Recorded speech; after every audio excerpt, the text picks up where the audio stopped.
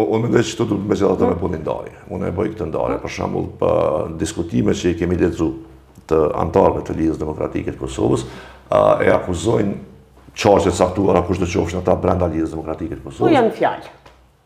Akuzat të tyre praktikisht janë të brendshme në kuptimin që ka pas sipas tyre manipulim, orientim të votës nga një kandidat dhe një kandidat tjetër brenda LDK-s.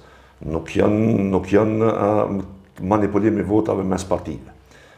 Tash, aspekti i tentim keqpërdorimi që po ja bën lëvizjeve të vendosje, këti diskutimi mendoj që duhet dënuar. Që kjo është ana tjetër. Tash, kur e thu këtë, kjo nuk do të thotë që s'ka problem, po problemi është tjetër natyre, domethënë.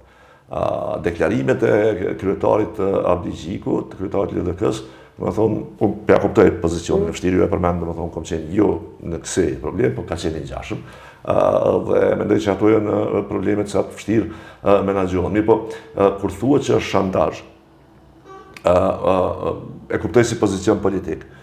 Nuk pajtona që është ashtu. Mirë po, mendoj që duhet me pas pak parasysh edhe që kur flet në publik të ka jep edhe një farë, si më thonë kështu, një farë shije ose një farë shenje se si po e trajton të problemin. Nëse thu që kjo është shantazh për mu të zullet të këja, ke bjen që problemi nuk ekziston, është i stisur. Me gjas problemi ekziston. Me që ka qenë gjithaj diskutim... Së paku në pjesë të antarëve të LDK-s, po mendoj që problemi ekziston, dhe kjo problem duhet më u trajtu. Tash, nëse po shantazhohet LDK-ja nga brenda për të dorëzuar, mendoj që kjo e ngritë një çështje tash problem më të madh.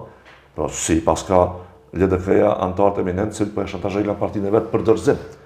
Tjetër gjë është me thonë që mu kanë vjedhë për shembull votët dhe unë du mu adresu kjo çështje.